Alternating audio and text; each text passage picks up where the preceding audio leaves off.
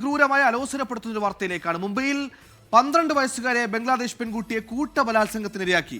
3 മാസത്തിനിടയിൽ 220-ലേറെ പേരാണ് കുട്ടിയെ ക്രൂരമായി ബലാത്സംഗം ചെയ്തത്.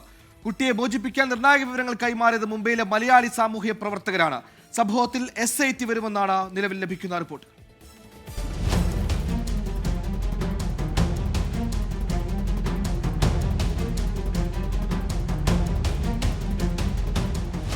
ബംഗ്ലാദേശികളുടെ സെക്സ് റാക്കറ്റാണ് വ്യാജരേഖ ചമച്ച് 3 മാസം മുമ്പ് പെൺകുട്ടിയെ എത്തിച്ചത്.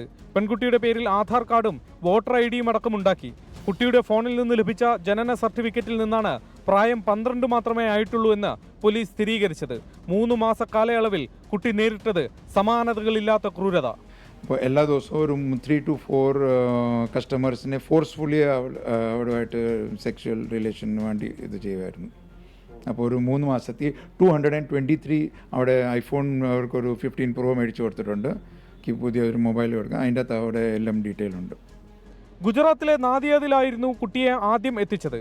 ഹോർമോണൽ ഇതും നടത്തി, ചികിത്സയും നടത്തി അല്ലേ കുട്ടിയുടെ വളർച്ച കൂട്ടാൻ വേണ്ടി 70,000 ഇഞ്ചക്ഷൻ ആൾ പറഞ്ഞു. ബോത്ത് പെയിൻ होता है, हर महीना मुझे इंजेक्शन देता है. മലയാളി സാമൂഹ്യ പ്രവർത്തകരാണ് സെക്സ് റാക്കറ്റിനെ കുറിച്ചുള്ള നിർണായകമായ വിവരങ്ങൾ പോലീസിന് കൈമാറുന്നത്. ഇതുവരെ 9 പേർ പിടിയിലായി. ബംഗ്ലാദേശികളെങ്കിലും എല്ലാവർക്കും ഇന്ത്യൻ രേഖകൾ ഉണ്ടായിരുന്നു. പ്രതികളെ പിടികൂടിയ ഇടത്തുനിന്ന് 10,000-ലേറെ ഗർഭ നിരോധന ഉറകളും കണ്ടെത്തി. പെൺകുട്ടി ചൈൽഡ് വെൽഫെയർ ബോർഡിന്റെ സംരക്ഷണയിലാണ്. പിടിയിലായത് മുഴുവൻ ബംഗ്ലാദേശികളെങ്കിലും ഇന്ത്യയിൽ ഇവർക്ക് സഹായം ചെയ്യുന്ന വലിയ റാക്കറ്റ് പിന്നിലുണ്ടെന്നാണ് സൂചന. SIT രൂപീകരിച്ച് അന്വേഷണം വിപുലമാക്കാനുള്ള ശ്രമത്തിലാണ് പോലീസ്. മുംബൈയിൽ നിന്നും വരുൺ വടശ്ശേരിക്കൊപ്പം ശ്രീനാഥ് ചന്ദ്രൻ, 24.